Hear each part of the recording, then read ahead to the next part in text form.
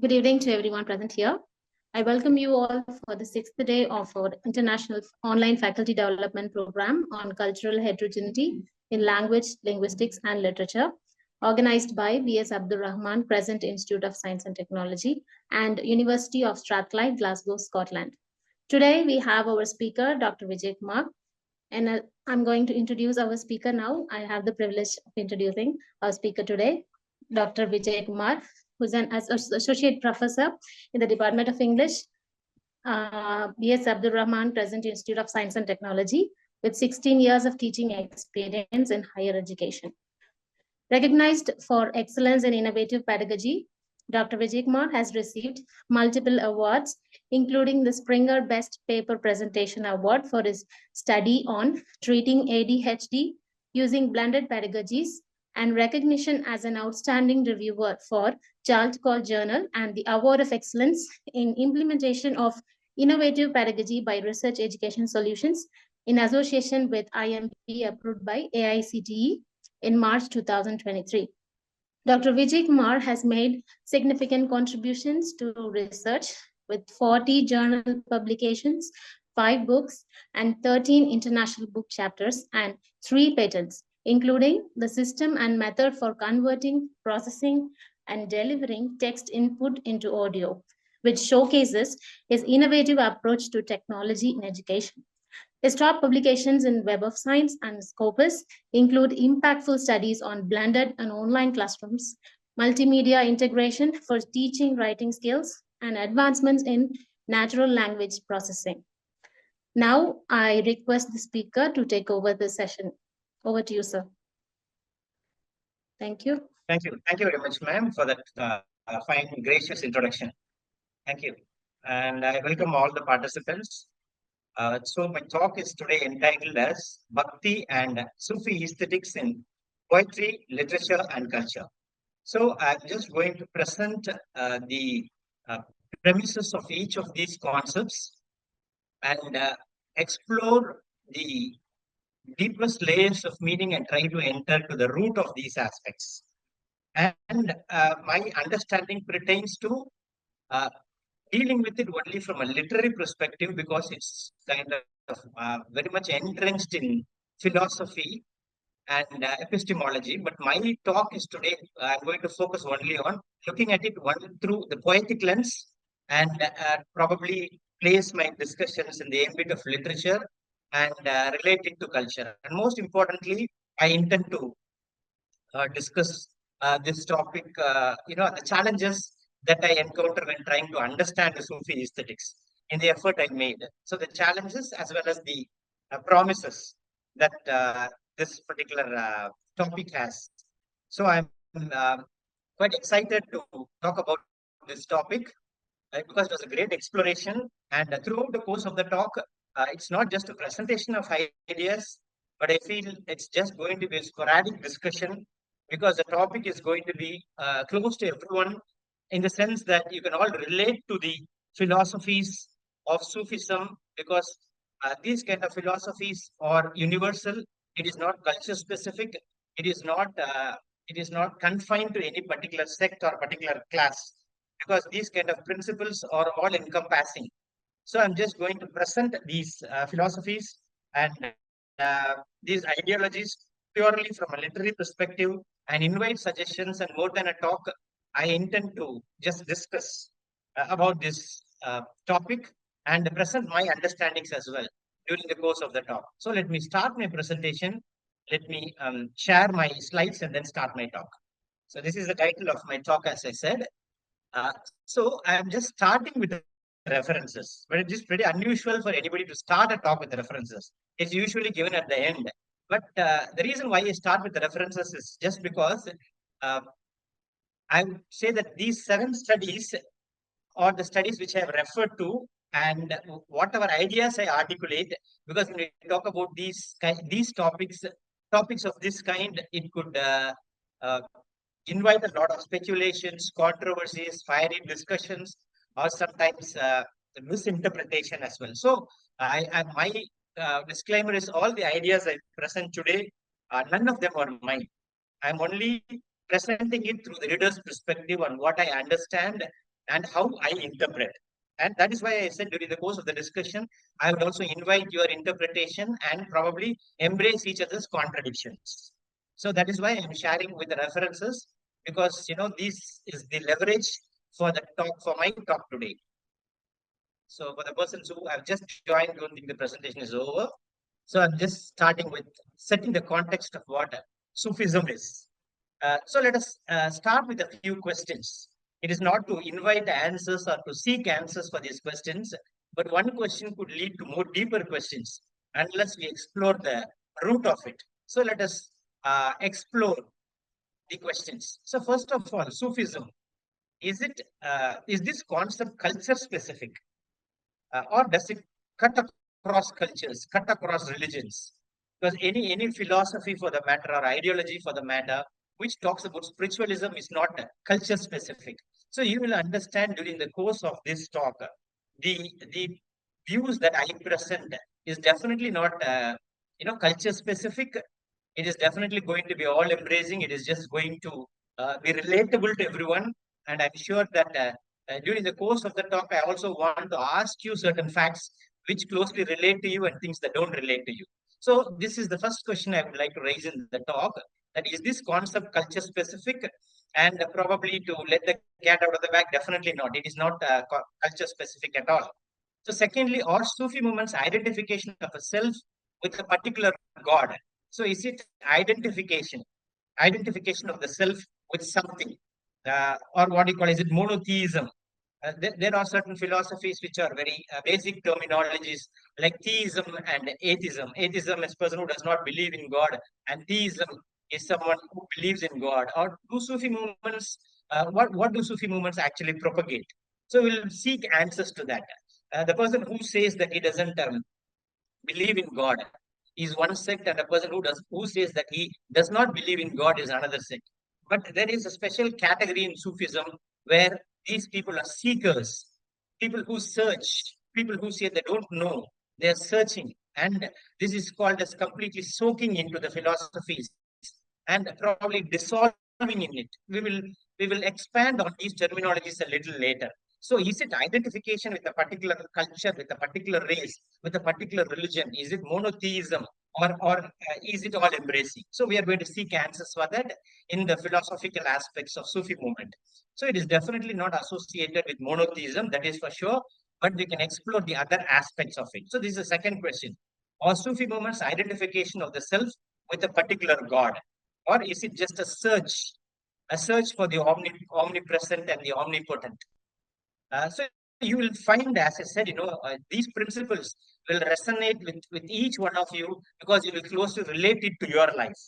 So, and then how do look at the third question? How do the principles of Sufism challenge or reinforce your beliefs about spirituality and personal devotion? As I said earlier, although I am going to place my discussions in the context of literature, but even again, it is spiritual literature. For example, if I take Rumi, whatever he speaks about is spiritual stuff.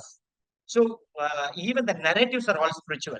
So the third question that we are going to seek is how do the principles of Sufism, because any theology or ideology for the matter, the two things can happen during the course of understanding it. One, it can actually challenge your notions about something. You may challenge it. You may feel like dismantling it completely, or it could be embracing it. You may have already a set of beliefs, but what a particular sect proves is it could be reinforcing your own belief system about spirituality or about personal devotion. So, is Sufism going to challenge your belief system, or is it going to reinforce your belief system?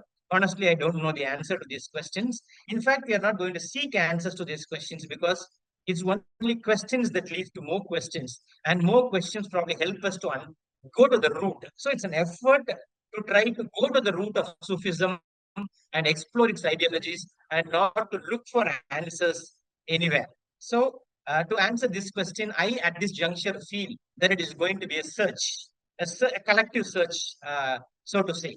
So, the fourth question is, in what ways can the teachings of Sufism contribute to contemporary discussions about cultural tolerance and social justice? I think this pertains to the key theme of the faculty development program, because when you talk about culture, cultural tolerance is a very, very important terminology that spearheads the entire discourse on culture, and the terminologies are the cultural markers. So it's a very, very important aspect of cultural tolerance. So I think, especially in the current context, I think this is a very important terminology to discuss. So the question is, in what way can the teachings of Sufism contribute to contemporary discussions about cultural tolerance and perhaps about social justice?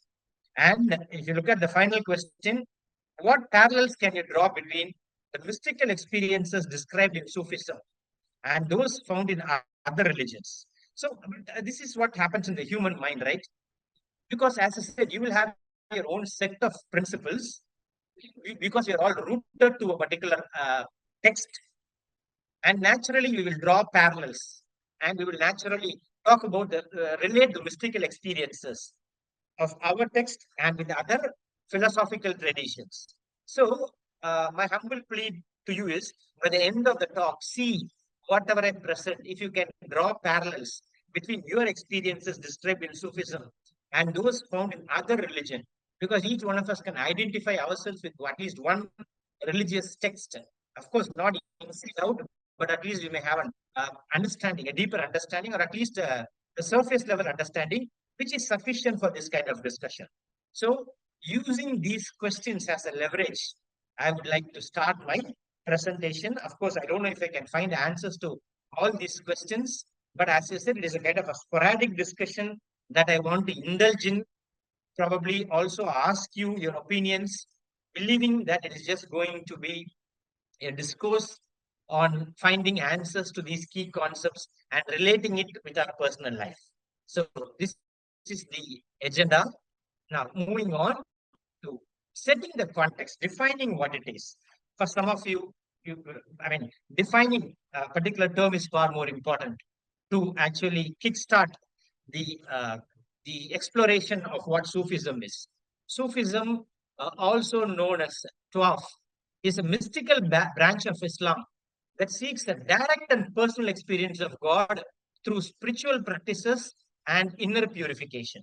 Now, I have to use these terms. As said, every religious text talk about soaking in a spiritual experience, or it could also be certain phases of uh, religious ideology where you melt like the camphor, where you become one, and that seeking is the central thread that I found in the text that I'm going to discuss today. That is, the spiritual practices that could lead to inner purification. And how does inner purification happen? And this is what is called not soaking in the experience of spirituality, but dissolving in it and becoming a part of it. Different religious, doing a compare. I mean, if I have to make a comparative analysis, I may have a biased opinion where I can compare it to only the text which I am familiar with. So probably I could just call it as Aham Brahmasmi, where you get very much one with the self. So that inner purification. So only the terminologies are different, the experiences are the same. So this is what Sufism uh, says about the inner purification, dissolution, and the spiritual practices, dissolving. So that is the core definition of what Sufism is. As you say, it's a mystical branch. Mysticism is itself a very interesting terminology. If you look at the root of mysticism, so let us go to prominent Sufi figures. There are many prominent figures, but just being a 1 hour talk and provided, with the quantum of time I had in my hand, I had chosen two figures today, two prominent Sufi figures. One is Rumi and the other is Al-Ghazali.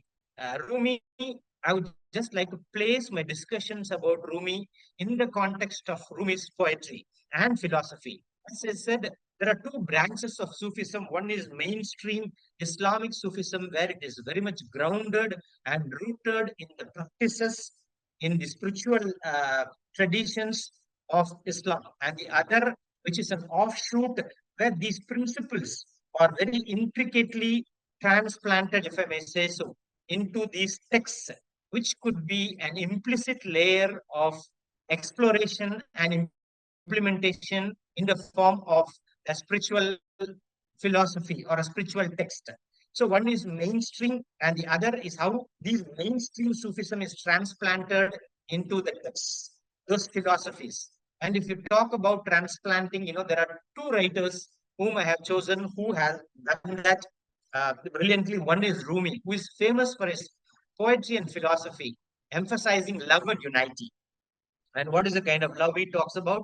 Let us explore that in more depth and more detailing. So I'm going to take a few poems of Rumi. I'm going to read the poems, and probably I'm going to ask you certain questions, not from a school teacher's perspective of asking questions to a student, but to seek, as I said in the beginning, the basic tenet of Sufism is to seek to dissolve. So let us all seek together. So in that context, let me read some poems of Rumi and place these questions to you. Probably let us, if not to invite answers, or at least let us, in our mental landscape, reflect on it, though not explicitly. And then secondly, I have chosen Ali Ghazali because it's contemporary Sufism, a text. So I am using a text called, I don't remember the text. I have to look at the slide. I'll come to that. I have integrated Sufism with mainstream Islamic thought with a contemporary text. I think the text is Alchemy of Spiritualism. Maybe let's explore together. So a couple of poems and the text. I'm done with my talk. So I'm going to explore these two things in greater detail with reference to Sufism in literature. And after that, what I'm going to do is, based on the 8 papers, I did a data mining on these 8 papers and the methodologies people use to understand the spiritual layers.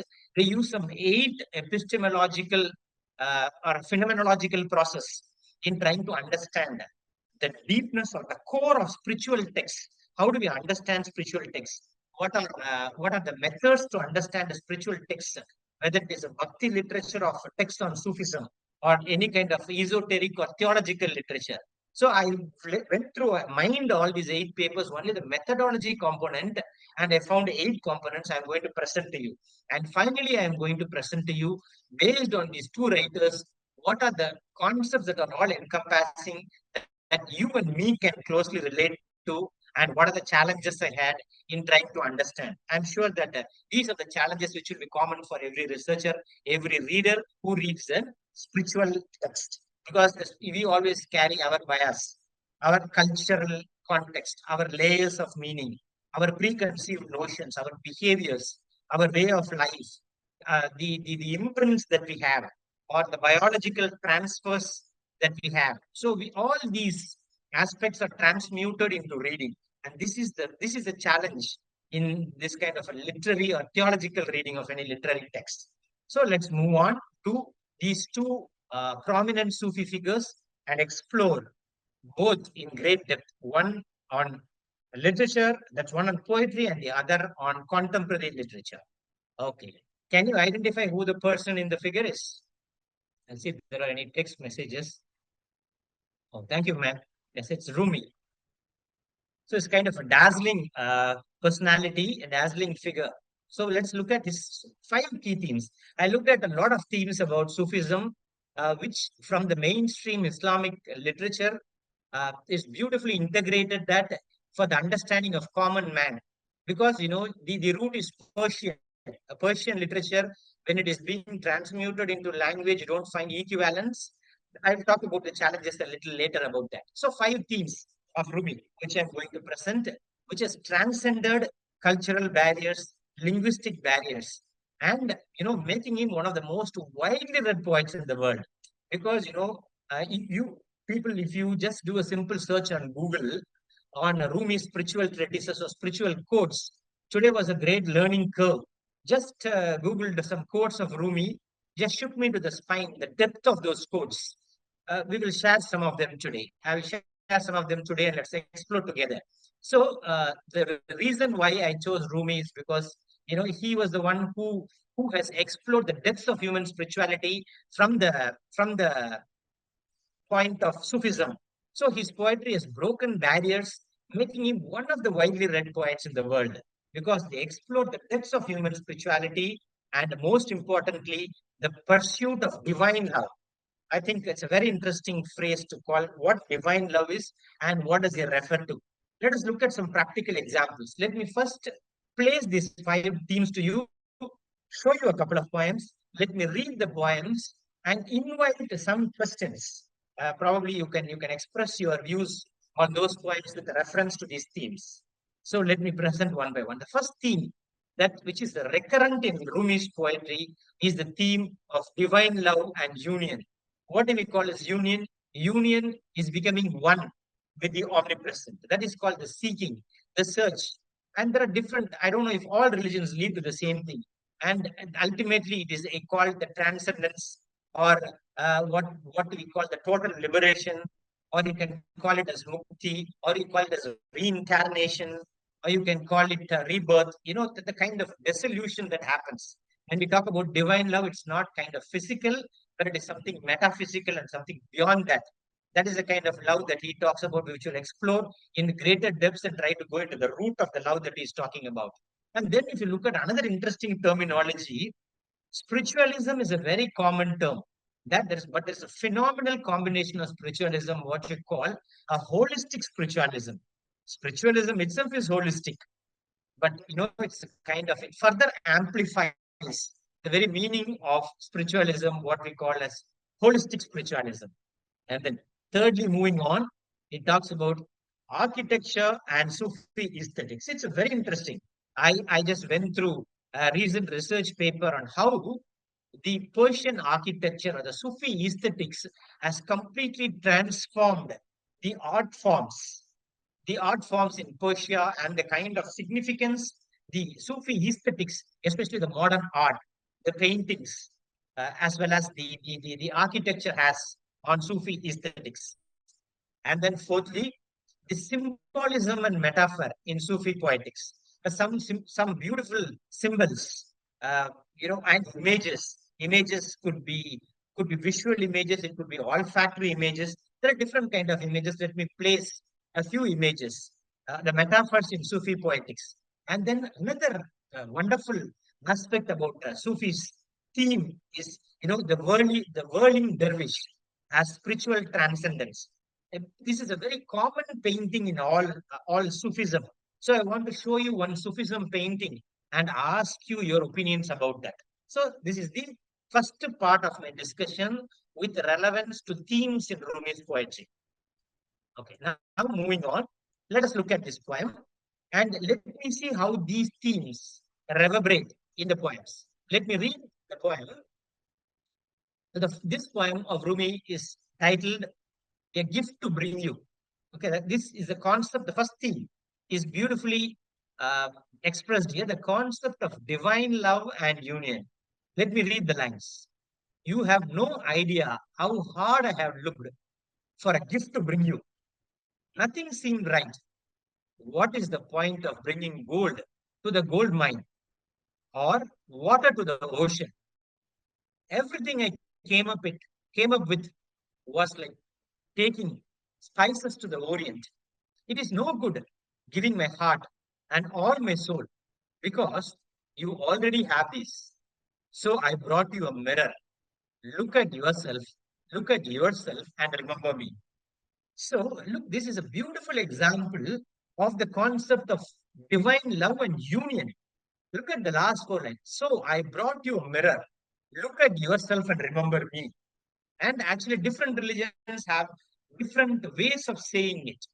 God created man in his own image. Each one of us is a own reflection of the omnipotent. So these kind of philosophies are entrenched in every religion. So if you look at this is the concept of divine love I'm talking about. That when you talk about divine love, the bottom line is I brought you a mirror. Look at yourself and remember me. Now, if you look at these sub themes, now you look at this particular poem. There's a futility of taking material gifts to God. We can relate it to our life because sometimes it's not to hurt anybody's feelings. As I said, I could be right or I could be wrong. I'm not even presenting my opinions. But the general thing is sometimes what we give to God is like striking for a bargain. I will give you this, make this happen for me. So this is beautifully expressed by Rumi. Again, it's not my ideology. This is what I see. This is how I interpret. You don't strike a deal with God saying that I give you this and you give me that.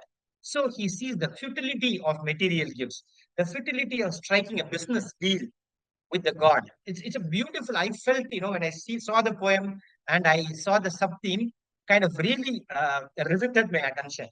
And look at the metaphor uses the mirror as a self-reflection. Look at the mirror as a self-reflection of the divine grace that you have, of the divinity that you have made it, the omnipresence that you have, the completeness that you have. Whatever you search is within yourself, and that is surrender and devotion in Rumi words. It's complete surrender and devotion, and then unity of existence and intimacy with the divine. It's like, uses the words is that, like, you're carefully, like, it's like carefully dotting on with your lover. We will look at some more poems and discuss that in depth. So these are some of the sub themes. Now I would just like to give you one more poem, a very short poem, and I would like to invite some questions. Maybe let me read the poem twice.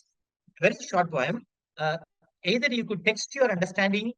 uh, Again, there are no right or wrong answers because I may be wrong. I am only presenting my interpretations. I am sure in your mental landscape, many of you are disagreeing with me.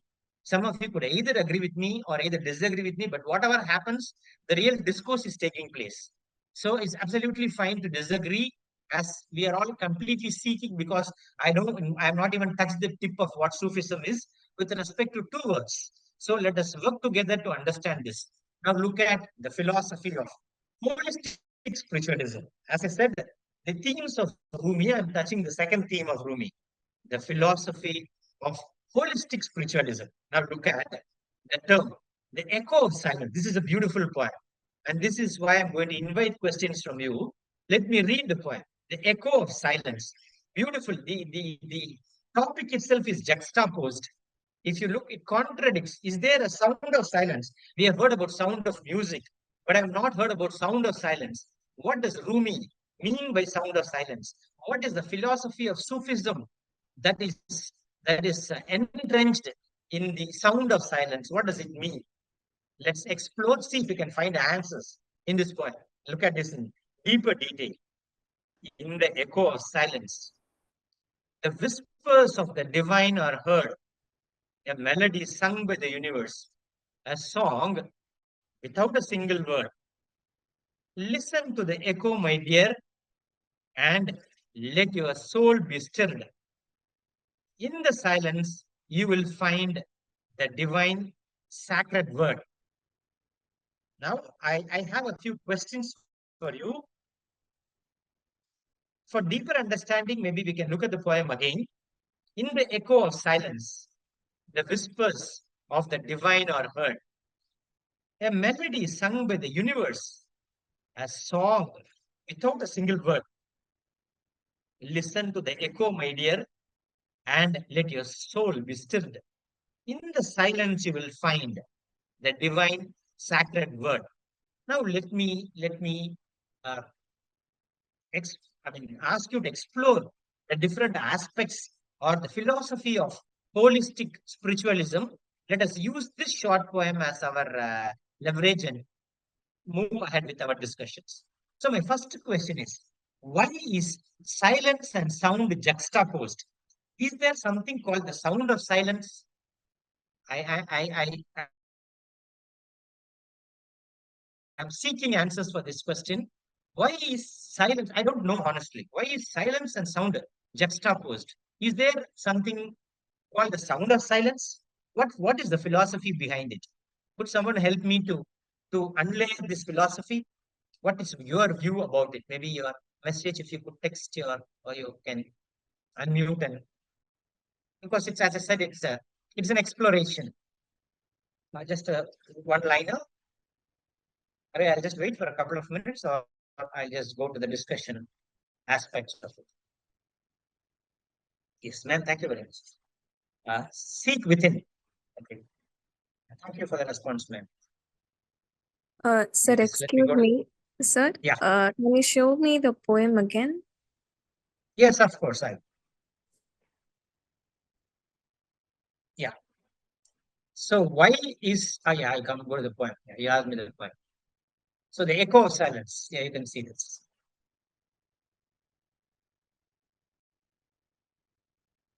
Yeah, thank you, sir. Yeah.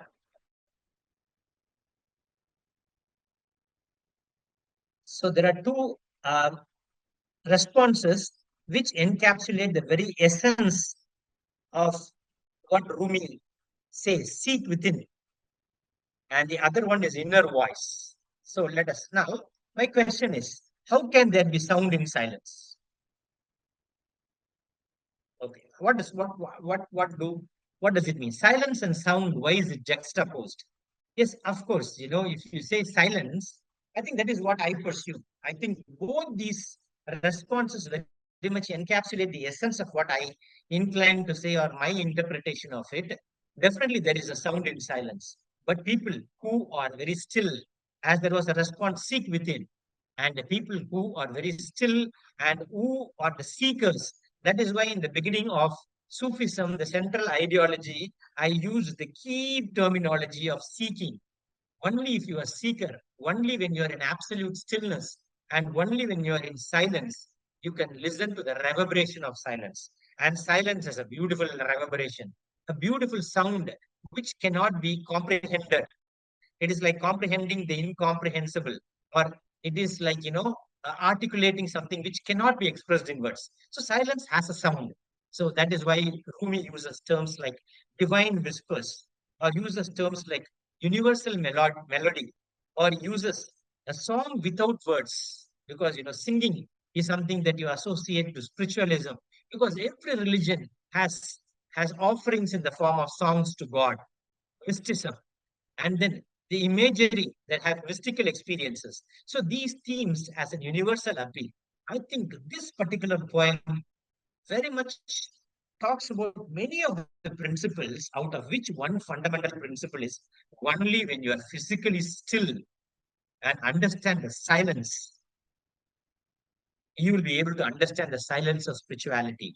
I think this is a beautiful lesson that we should pick from Sufism to practice silence at longer measures. I think this is a common concept even in European literature, movements like transcendentalism, where people practice absolute silence for months together, like the philosophy of Emerson, Thoreau, and completely understanding the mysteries which are in the universe.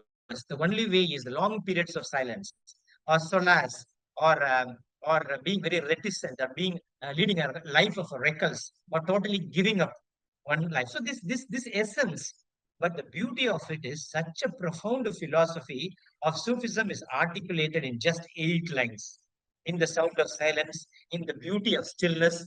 And that is why I said that each one of you can resonate. I'm sure that it will resonate with each one of you, these kind of ideologies that are present in the poems of Rumi. And that is why I said, when I talk about Sufism from a literary perspective, it is definitely the principles which are entrenched in Islam that is beautifully entered into the texts. Okay, moving on, let me go to the other concepts. Now, you will see a lot of metaphors in Sufi literature. In Sufi literature, we will explore the metaphors in detail. From a literary sense, he uses the terms like beloved. Beloved usually here, representation of God or divine. And wine is a very common recurrent metaphor, which is symbolic of divine love or spiritual intoxication. There is an alternative term. Some religious texts call this as anandamai. It's not that you take in beads and feel intoxicated, but there is an intoxication within you, which you call a spiritual intoxication. And when you find the union with God, you feel spiritually intoxicated. Again, Rumi, I think, very intense emotional explanations. And again, I don't know if these explanations are emotional or very intense, because they are only translations. Because then you can understand the intensity of the words in its original language. Because when you translate intoxication, emotional intensity, it can, to a great extent, take us to the gravity of the sentiments. But still, I personally feel that we can't embrace its full sentiment or completely dissolve in the very linguistic expression or the root of it. Because sometimes you can get spiritually intoxicated by words even. So this is the beauty of Rumi, I see. And then he uses the metaphor of journey to represent the spiritual path to enlightenment. And very common metaphor is mirror, symbolic of self-reflection and unveiling of the divinity within. So that is another metaphor. Now let us go to another interesting cultural references that you can relate to the contemporary context with reference to Sufism.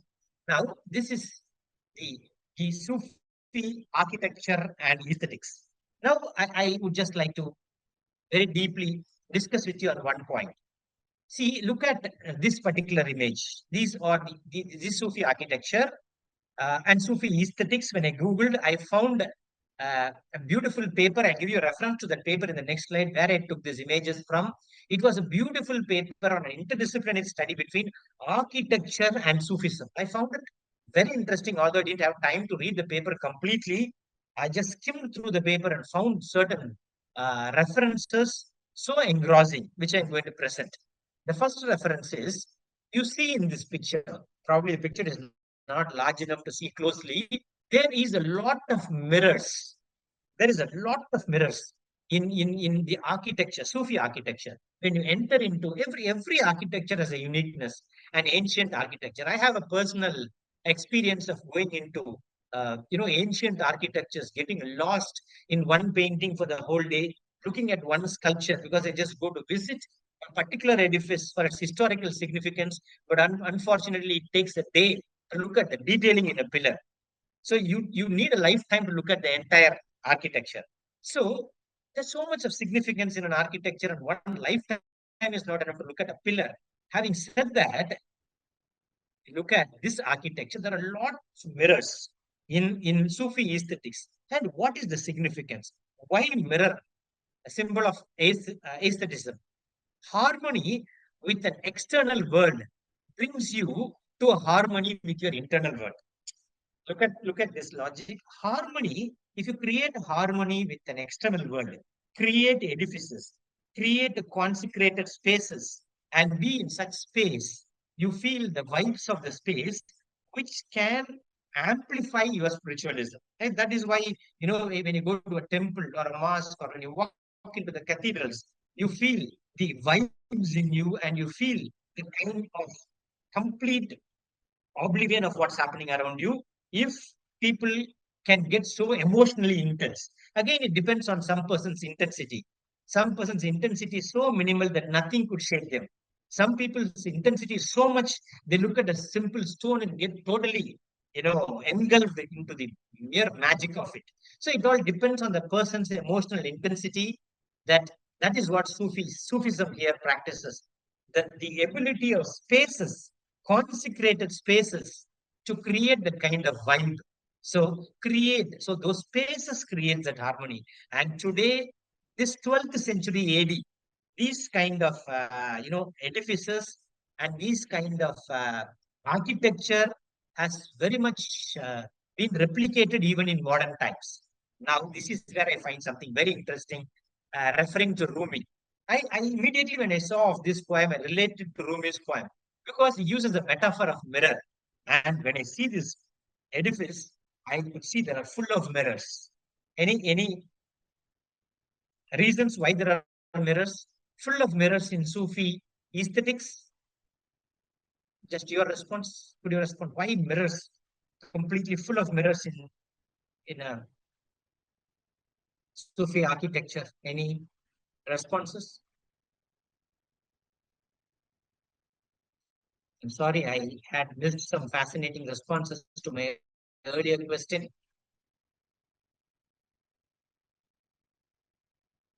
In the meanwhile, I would just like you to give me answers for why mirrors. Okay, Dr. Madmavati, thank you very much for stating that sound stands for the existence of sounds. Very interesting, contradictory statements. Preachings of introspection, self-reflection, interesting. Introspection, reflection of oneself, and self-reflection. World is a, oh, thank you.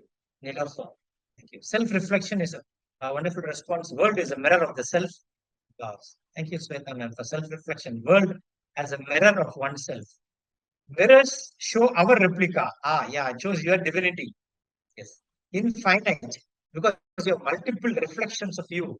So you, very interesting terminology. Reflect our inner feelings. how you see yourself. So these are fascinating responses of how you see yourself. It's a very interesting response. But thank you all for these responses. And we look at the response of Rumi. Rumi, why? How does Rumi use the metaphor? These, as I said, these interpretations are quite fascinating, and each one goes into the root of it. But I also feel that mirrors are also a reflection. Mirrors need daily, everyday polishing for your image to reflect very clearly. So we need to rub our spiritual mirrors every day and polish it. Probably that could be one interpretation, but I think that is what, when I searched, it's not my interpretation. When I searched for Rumi's interpretation, why mirror in Persian architecture, this is the answer I got. But anyway, all your answers also very much encapsulate the essence of the same. They say the same thing. So thank you very much for your interesting responses. And let me go back to the slides.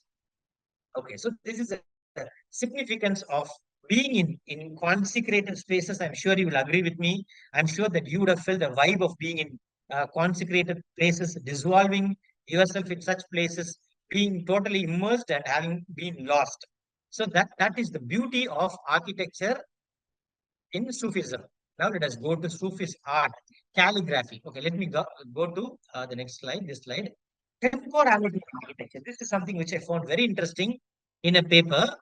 Uh, what is temporality? Temporality, mirror is again an indication of a temporal aspect. Something everybody has a shelf life. Everything is impermanent. I think mirror also is a symbolic of impermanent because it's very fragile. So the fragility. So architecture is external. Okay, you're bonding, and the self that you create with a space takes you to a transcendental experience. So it is your affiliation towards the space that you create that takes you into a transcendental experience. So each one of us has the ability to create that spiritual space, and that is why everybody has spiritual practices at home.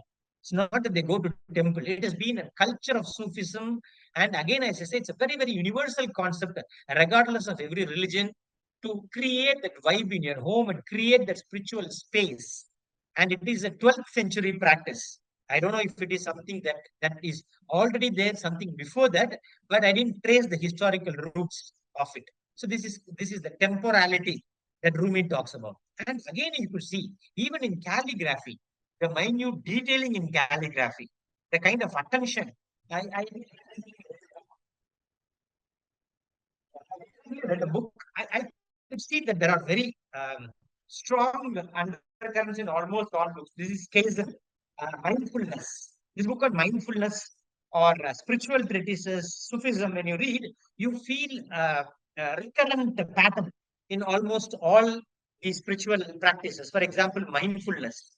See, only when you're so mindful, when you're completely oblivious, we can create that art. And even if you look at the dresses of Sufis, the kind of intricate detailing, the letters, even the letters that are written in Arabic, it takes a lot of detailing.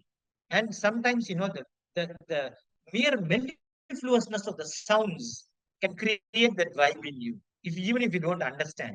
So that is the beauty of Sufi art, the Sufi calligraphy, the Sufi architecture or the aestheticism.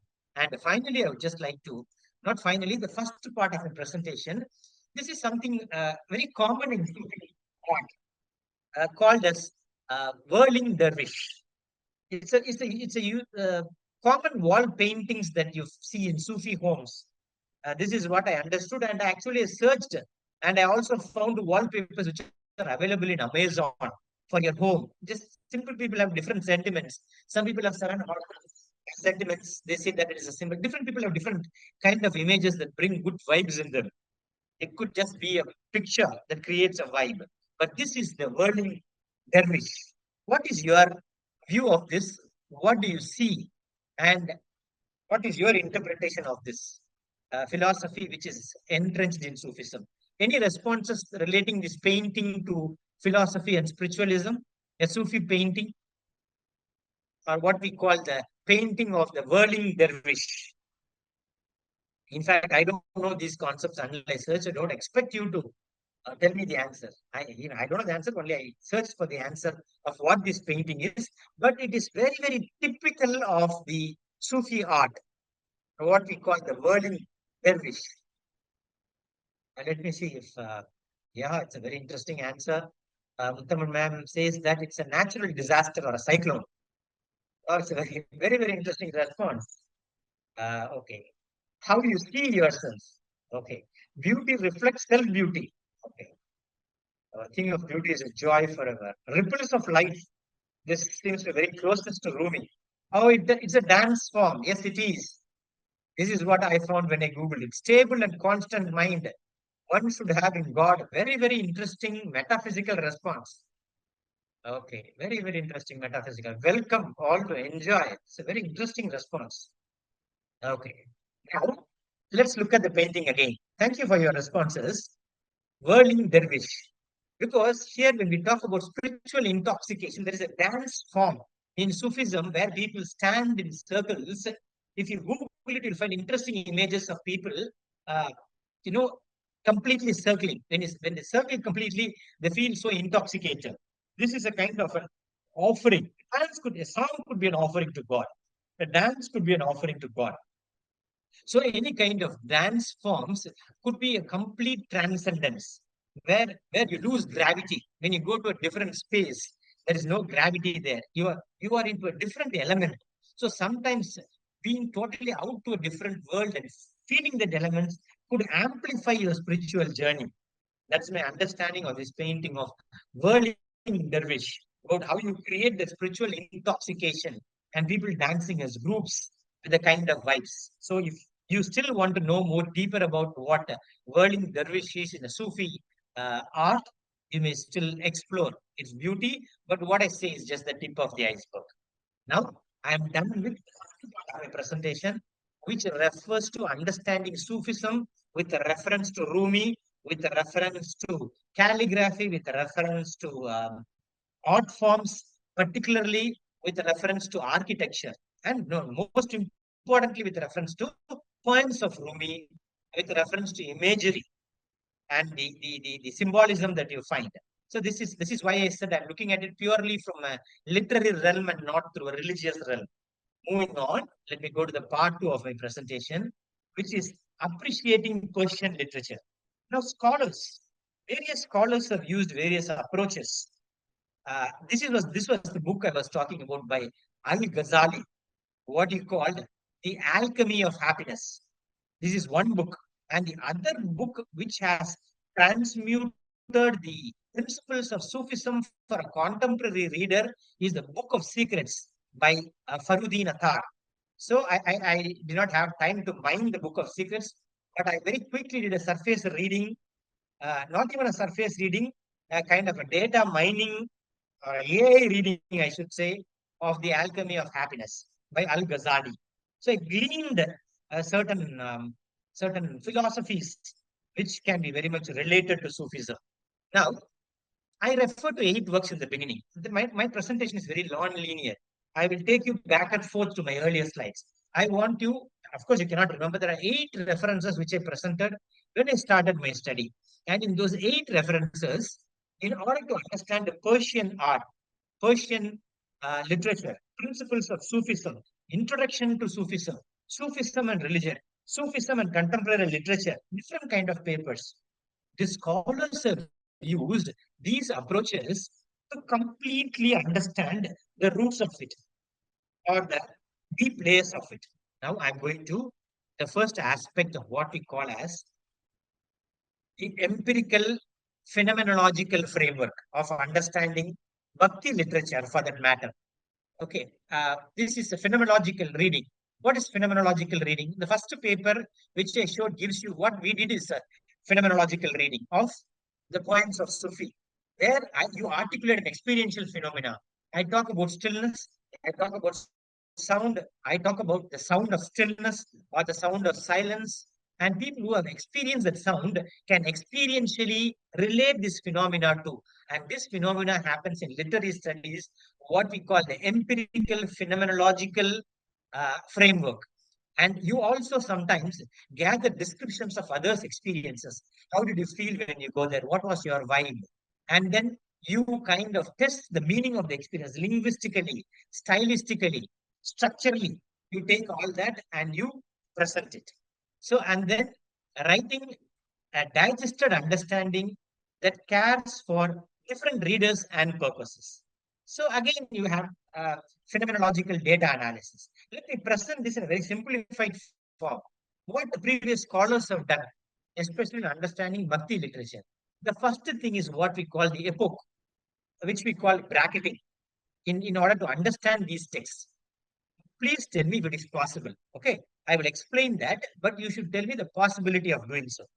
When you approach a literary text, when you approach a spiritual text, what you usually do in this epoch is you suspend all your judgments, your preconceptions, your notions, the imprints of your spiritual practices and approach a text objectively, which means epoch is suspending all judgments about either the existence or non-existence of spiritual phenomena described in the text. See things as they are, without any backlogs. Is that possible? I don't know. Probably it's possible for a person like Rumi. Let us explore together and then approach the text with an open mind, setting aside your beliefs and your spiritual experiences and your spiritual texts. And thirdly, if you can apply this to Rumi's poetry, while reading Rumi's poetry, will you refrain from judging the reality of his mystical experiences and will you focus on the descriptions and emotions of yours? Now, I'm asking you, my question to you is this approach possible when this approach is considered to be the most pristine approach of understanding Bhakti literature. But I'm asking you its possibility. If it is possible, why? If it is not possible, why not? Let's quickly take your responses. Can I have any one or two responses related to this? Is it possible or not possible? If possible, why? If it's not possible, why is it not possible? Okay, just trying to read some beautiful responses of my earlier question, inner question, spiritual enlightenment. Thank you, Sophia, Xavier.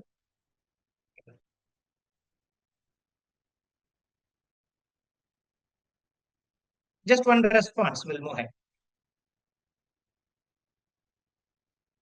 Is it possible to approach a spiritual text without any spiritual backlogs you may have, or without any of your carrying your cultural traces, if I may say so?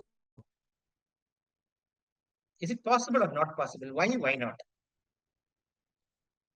So let us take you experientially. Well, I'm just giving you case in a book like this or a kind of a Rumi's reading and ask you to approach the book very objectively without your backlogs. Is it possible to do so? Okay. Yeah, that's a beautiful response. Certain things cannot be expressed.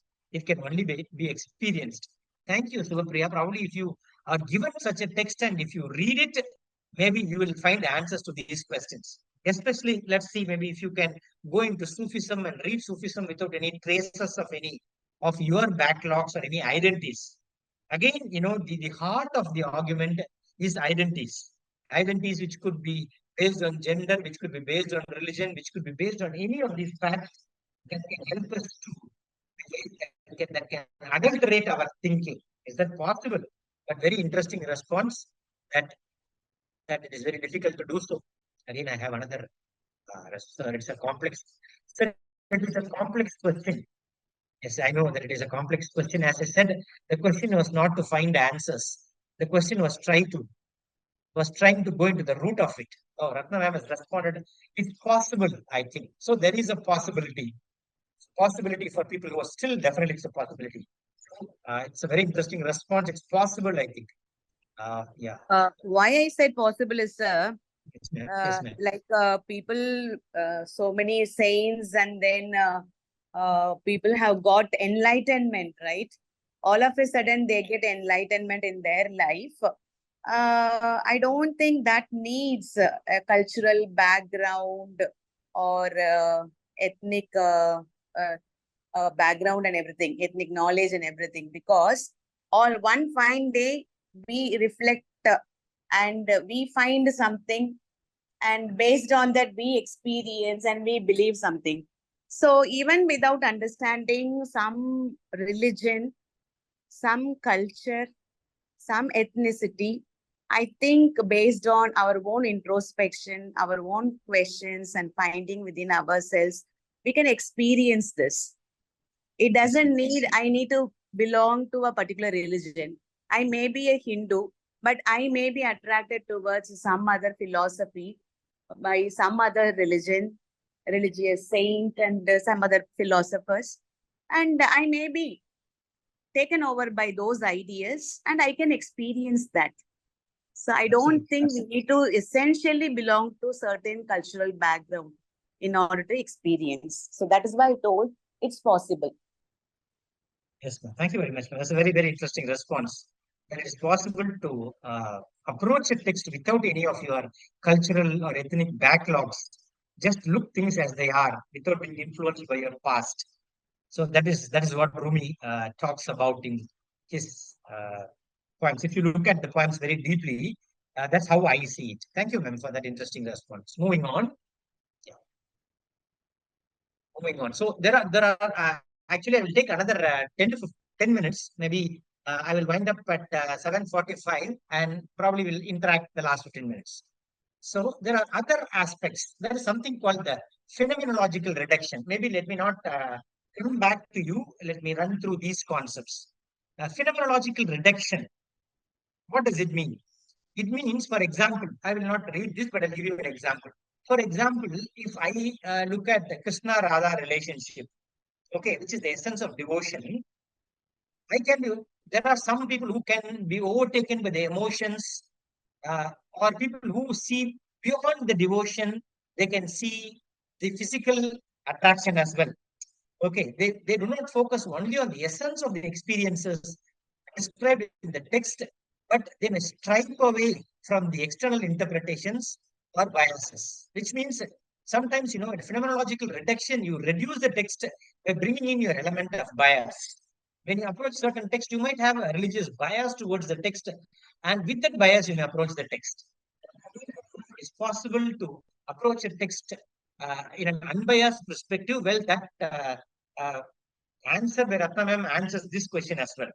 And then the analysis of intentionality. It can explore how the consciousness of the writer is directed towards the spiritual phenomena. So that is what is called every author has an intentionality. You will feel that if a person belongs to a certain sect and writes, you will feel that that writer has an intentionality in doing so. So these are some of the things that could jar your approach towards the text according to the scholars. And then hermeneutic analysis. This is also very commonly used by scholars in trying to understand Bhakti literature, where they interpret the text to uncover deeper meanings, or what we call interpretive methods. Interpretive methods, which means, for example, if you look at John Bunyan's The Pilgrim's Progress, or if you look at the spiritual text, you will have a lot of allusions to that, or a lot of images, symbols to it. Only when you understand the symbol or the symbol of that culture will you be able to analyze the text, which you call the hermeneutic analysis. So if you don't have an historical reading, you cannot approach a text. For example, I have not read Sufism's historical aspects. I don't know the root of the historical aspects of Sufism. I am not grounded in its episteme. So how can I first of all analyze it? So mere logic of explaining this could be debunked by someone in the group. So this is called hermeneutic analysis. So in order to uncover the deeper meanings, what you should first of all do is you should understand the interpretive methods and look at the symbols and the images and understand the historical significance of those symbols and images. And then normally what people do, scholars do, when looking at this Bhakti literature, is they do a contextual analysis. What do you mean by contextual analysis? They consider the historical context in which the text was written, They look at the cultural context in which the text was written. They also look at the personal context of the writer, which can enhance their understanding, which can deepen the understanding of the text. Let me run through the methods used by the scholars. The other one is common, what naturally every scholar does in a textual analysis of a literary text, or when they do an interpretive analysis, it could be a descriptive analysis of providing a detailed description of the text. For example, if you look at divine love in poetry, you focus stylistically, the choice of words, the experience of emotions, how it's being expressed. You don't look at it, why he said so. You don't look at the metaphorical, or you don't look at the allusions behind it, but you look at it at the surface level. You look at it at the linguistic level, and you approach it. This is a very common descriptive analysis that scholars do make. And finally, a comparative analysis. Naturally, comparative analysis will make it. I think it happened to me when I prepared these slides. There was a comparative analysis of the beliefs and ideologies I had about the books I read, which either contradicted or amplified my thinking, with less contradiction and more amplification. But still, there are areas of concern which each one of you might have when you go into the root of it. So scholars naturally in Bhakti literature use comparative analysis with their texts and with the texts of others, and even comparative analysis of the own text. For example, New Testament, if you read the Bible, or people who have an understanding of the Old Testament as well, is it going to amplify the reading? Or when you look at only the New Testament and read that, is it going to amplify your reading? Is a very interesting question. So questions like these. So these are some of the hermeneutic analysis done by scholars. So this is the second part of my presentation where I deal with the theoretical premise on how scholars look at Sufi literature or necessarily Bhakti movements to try to be very objective or try to unlayer the richness of the text. So that is what is meant by comparative analysis. Moving on to the third part of my talk, which is called Sufism in the Alchemy of Happiness by Al-Ghazali. There are a lot of contemporary applications. Let me very quickly run through it, not with great detail and not going back to you and have sporadic discussions. With the kind of time we have, maybe let me quickly run through these concepts of the book. So as I said, one poetry I discussed with reference to Rumi, and one book with reference to Al-Ghazali called The Alchemy of Happiness. Now look at this. Now you may take two positions when I read. The position could be what is called as didactic position. I'm sure it happens. When I say these principles, as if I am propagating these ideologies, I believe in it, I become very didactic in my stance, which can be a cause of concern to some of you, which can sometimes infuriate some of you, which can at times create a sense of disgust for the speaker if the stance is didactic. But if the stance is process oriented, which means seeking, not knowing. Look, it's a very, very interesting terminology. I found seeking. That's why I use this terminology in the first part of my presentation. Seeking and not knowing. This is what is called as process oriented position. It's a very, very interesting terminology. So the alchemy of happiness deals with a process oriented position, focuses on the process, not the outcome. It just goes, it talks about certain strict of rules and regulations in order to dissolve the kind of spiritual austerity, the complete surrender, the everyday songs that you indulge in, the everyday reflections that you are in, the everyday meditation that you are in. Of course, it's when I say meditation, it is a very, it's a very generic word. Whatever you say, it could be a very intense prayer or emotional surrender. So that is called as the process-oriented position and not a didactic stance.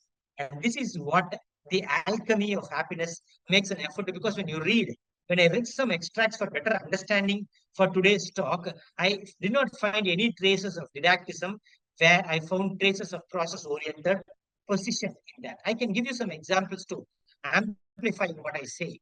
Now look, I'm just going back to certain themes of mystical love and unity. I will extract some extracts.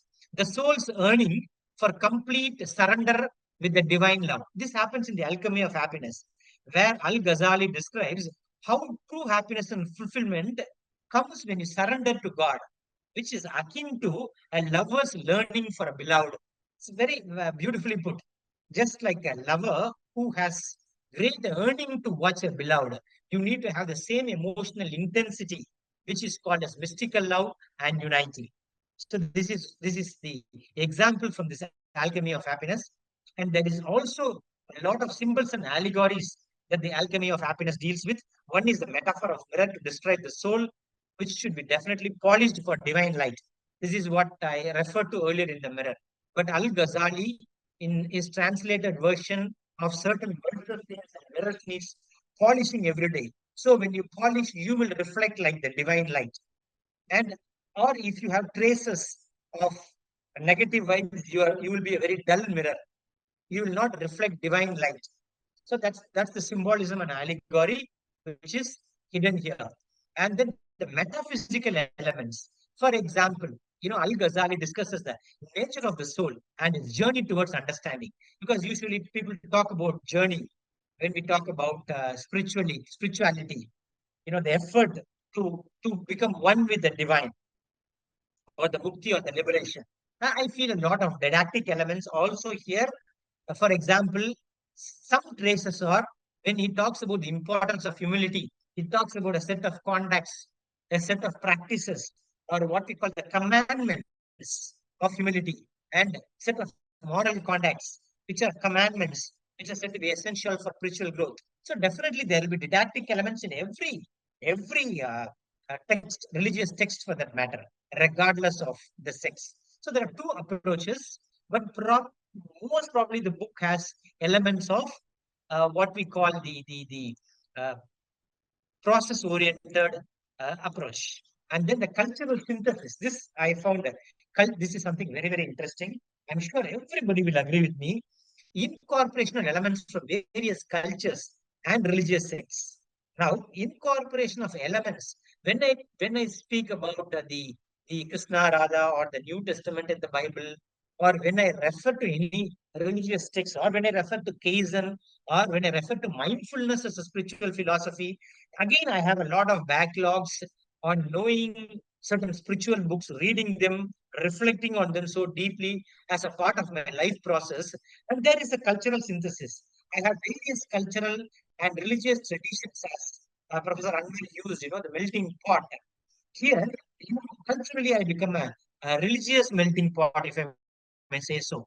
And the examples of alchemy of happiness integrates ideas. In this book, there are ideas from Greek, there are ideas from Persian, there are ideas from Islamic traditions, where we embrace a multicultural approach by learning about diverse philosophies and practices, as I said, such as mindfulness, Buddhism, ethics, Western philosophy.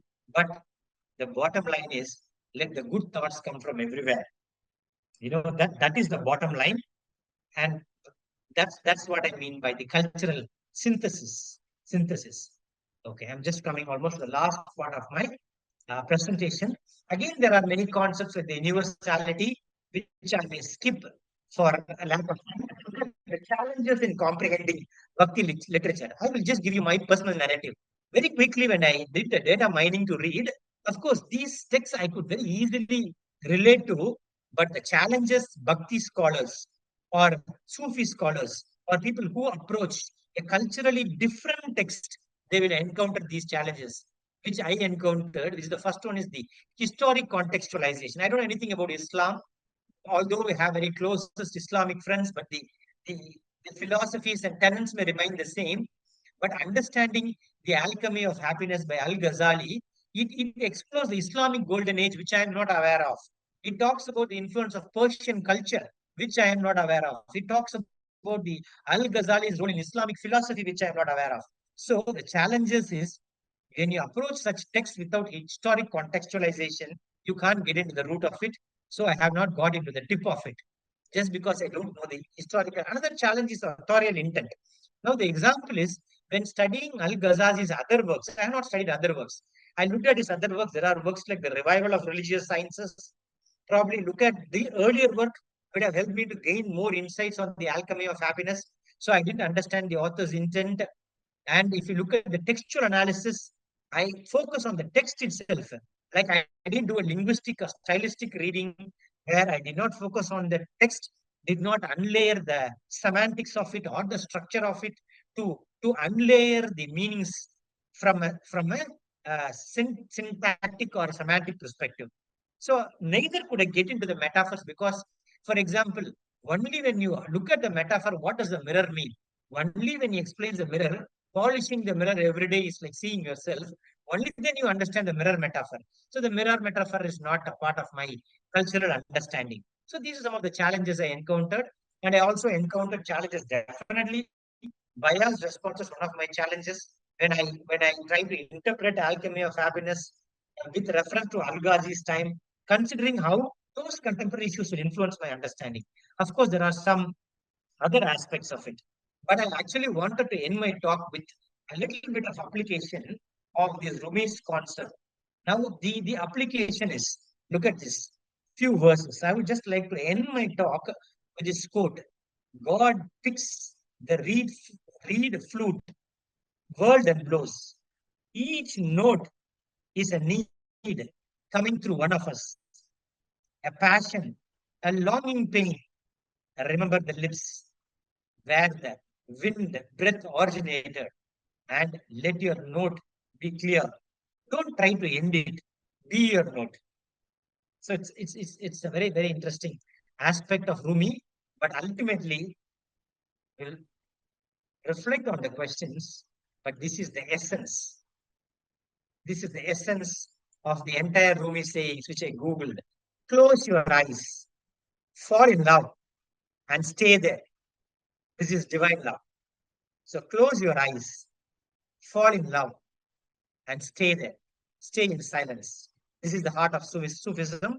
With this, I will end my talk with a little understanding of what Sufism is and how these philosophies of Sufism were entrenched into the poems of Rumi and Al-Ghazi's writings, and with reference to Persian art and architecture as well as Persian paintings.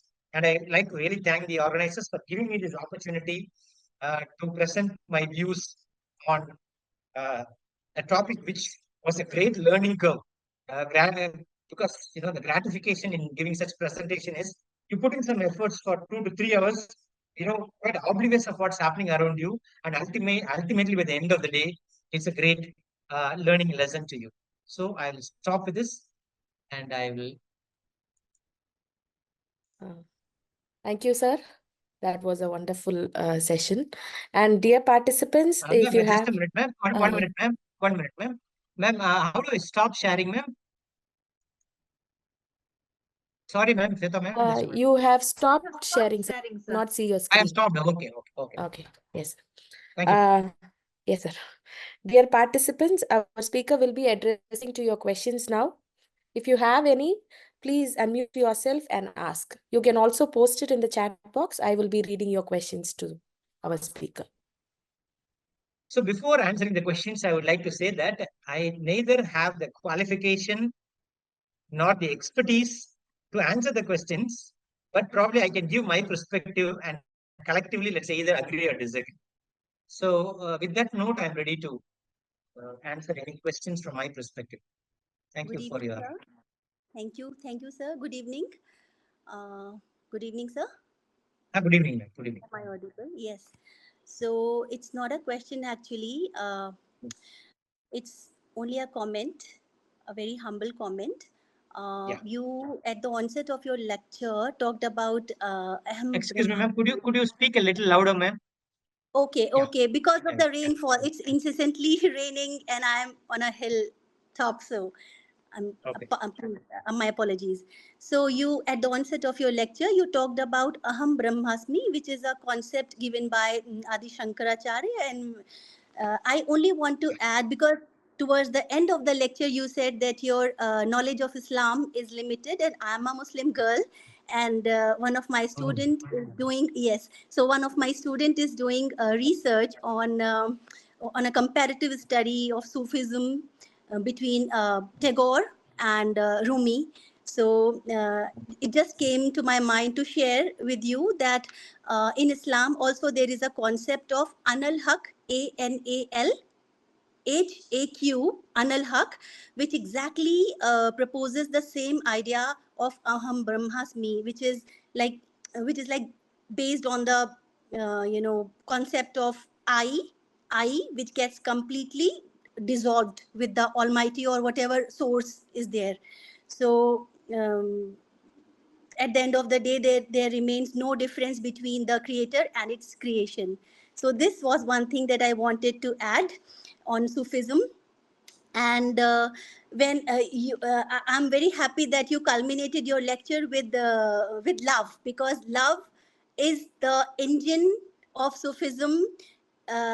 You seek the Almighty, you seek the source through love. So it ended with love. And but sir, there are several stages of love that Sufism talks about. It starts from unsiyat, then attraction, and there are 7 stages, and it culminates into death. So through death, and so Rumi has quoted also somewhere in his work that I thank my wounds, something like that. I thank my wounds because through the wounds I open the gates of pain, and through pain, death comes and, creeps over me. So the end all and be all of it is death, and death becomes, it opens the floodgates of opportunities for men of Sufism. So love is the main thing. And so one more thing, you showed us a picture, a slide where there were multiple mirrors. So till 19th century, mirrors were symbolic of only the reflection. I mean, look at the classical theories.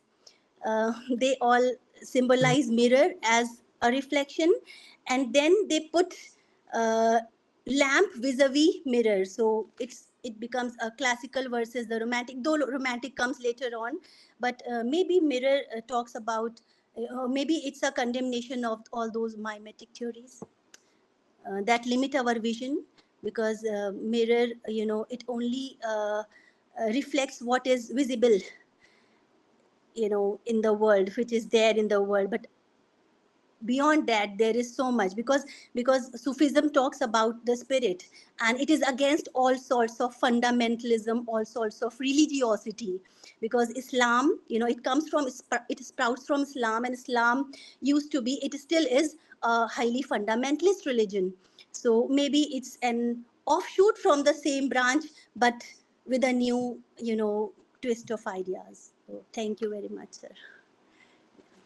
Thank you very much, ma'am, for those interesting observations. But I would just like to respond to them very quickly. First thing is, when I approached Sufism, I approached it purely from a literary perspective.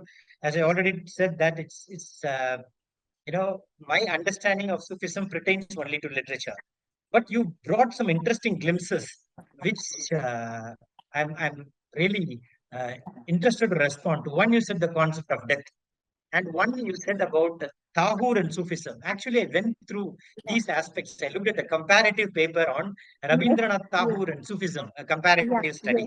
That was a very interesting study. And you also referred to death. I would like to add on to something what you said about death in Sufism. I understand that. I also saw that. And it reverberated in it because the other sects also talk about the same in different forms. Death is not looked at it as a kind for a mournful event, but death is a celebration. Death is the Yes, rebirth. it's It's a first time. celebration. Death, Of course, in yeah, Islam, it's a exactly. celebration. Yeah, Yes, it it's not releases you necessarily in Islam, man.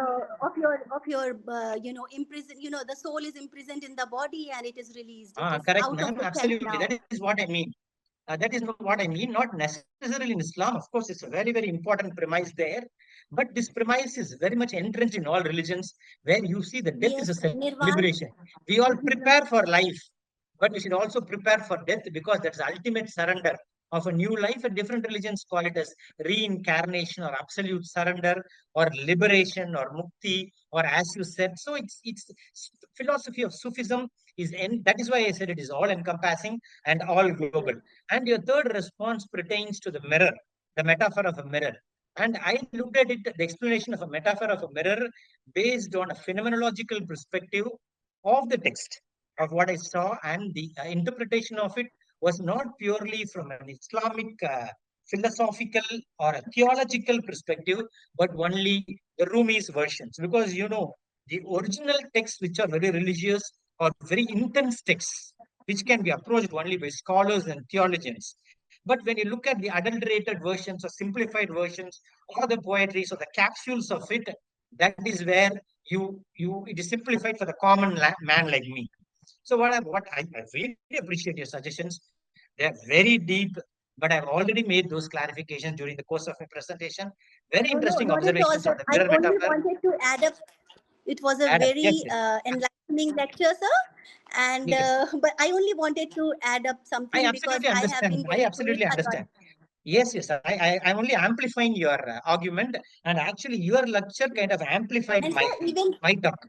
sir, I beg your pardon. I want to add one more point, just very quickly. I'm taking 30 seconds more. Okay. The sound of silence is also from Buddhism. There is a story that Absolutely. goes. There is a disciple of I Buddha understand who that. I found the is traces of very it in this chatty and book all. as well. Yes, Yeah. yes. Thank you so much, sir. Thank you. Okay. Thank you very much, ma'am. Thank you very much for that Thank you so truly much, sir. Thank engaging you. personal interaction. Yeah. Thank you. Sir, we Pleasure have is one mine, sir. question in Thank the you. chat box Yeah, sure. from Dr. Batmavati.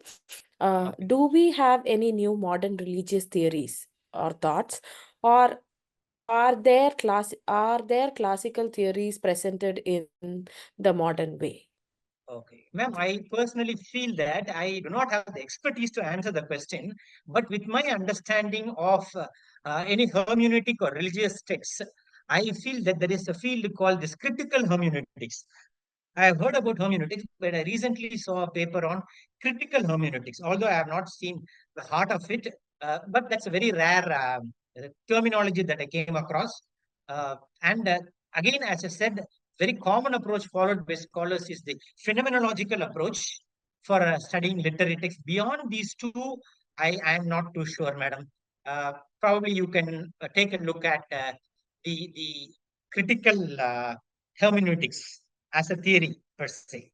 So this is how I go. Thank you for that interesting question. Probably I will explore further if there are any classical theories to approach a theological text. But I feel a very good theory could be not only hermeneutics, but critical hermeneutics. Thank you. Anybody else with any questions?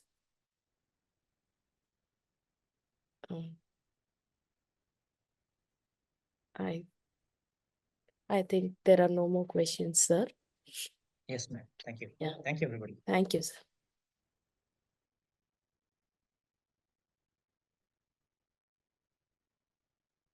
Okay. Thank you, Dr. Vijayakumar, for that wonderful presentation. And even though it was in the last moment that you had to prepare, it was really wonderful, brilliant presentation. And the ideas that you shared with us was really remarkable. Thank you so much. Thank you. Thank you. Now, as we come to the close of the 6-day FTP, it is my greatest pleasure and honor to propose the vote of thanks.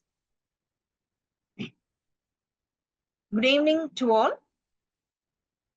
On behalf of the Department of English of B.S. Abdur Rahman Crescent Institute of Science and Technology and the organizing committee, I feel immensely honored and privileged to have the opportunity to extend my heartfelt gratitude to everyone who has made this faculty development program a resounding success. First and foremost, I would like to express my deep appreciation to all the resource persons of the 6-day online FTP on cultural heterogeneity in language, linguistics, and literature. My sincere thanks to each one of them, Dr. Anwar Sadat, Associate Professor of English, the New College, Chennai, for his spectacular speech on cultural difference and representation, theory and practice. Dr. Thomas John, Teaching Fellow, University of Strathclyde, Scotland, for his engaging session on culturally responsive teaching in global language classrooms, embracing multilingualism and translanguaging. Dr. Elspeth Yashdelska, Senior Lecturer, Education, University of Strathclyde, Scotland, for her remarkable talk on linguistics and intercultural communication. Dr. Katyayani Subramaniam, Associate Professor, Faculty of Education, University Technology Mara, Malaysia, for her insightful speech on sociolinguistic narratives in multicultural society. Ms. N. Sundari Subhashini, Lecturer, Program Leader of Language and Communication, Faculty of Education and Humanities, UNITAR, Malaysia, for her astounding presentation on literary traditions and cultural perspectives. Dr. S. Vijayakumar, Associate Professor of English, B.S. Abdur Crescent Institute of Science and Technology, for his brilliant session on Bhakti and Sufi aesthetics in poetics, literature, and culture. They all have enlightened us with their expertise and innovative ideas. Their contributions have been the cornerstone of this FTP, and we are grateful for the time and effort they put into preparing such engaging and informative sessions. I thank each one of them sincerely from the bottom of my heart. I extend my sincere thanks to Dr. Thomas John and Dr. Elspeth Jastrzeska, the coordinators of a collaborative partner, University of Strathclyde, for their support. Thank you, professors. A special thanks to Mr. Ishaq Beg, Mr. Muthukumar, Mr. Denny Joseph Alphonse, and Mr. Syed Mohammed Shamil of Edvoy Educational Services Limited for bringing the collaborating institutions together and for their technical and promotional support offered to us. Thank you, Team Edvoy. I would like to thank the management, Vice Chancellor, Pro Vice Chancellor, and Registrar of our university for their support to organize such programs. My sincere thanks to the conveners of this FTP, Dr. Ayub Khan Dawood, Professor and Dean of Social Sciences and Humanities, for his guidance, and Dr. P. Ratna, Professor and Head of the Department of English, for her meticulous planning and seamless execution. I extend my gratitude to the co-convener, Dr. S. Vijayakumar, Associate Professor of English, and the coordinators of this international FTP, Dr. Sweta Ravindran, Assistant Professor of English, and Dr. S. Purnima, Assistant Professor of English, who started off with the idea of organizing an international virtual FTP in the first place, and then everyone joined hands. Big thanks to Dr. Uma Maheswari, Assistant Professor of English, for her support throughout the FTP. My heartfelt thanks to all the participants for your active participation and engagement have made this FTP vibrant and dynamic. Your questions, discussions, and interactions have added immense value to the sessions, and we hope you leave with new insights and connections. Thank you, everyone. I once again thank each and every one of you. Thank you so much. On this note, dear participants, we will be sharing the feedback link in the WhatsApp group that we have created. And on receipt of the feedback, we will also be sending you the e-certificates in a week's time after verifying with the registered participants and the attendance of each day of the session.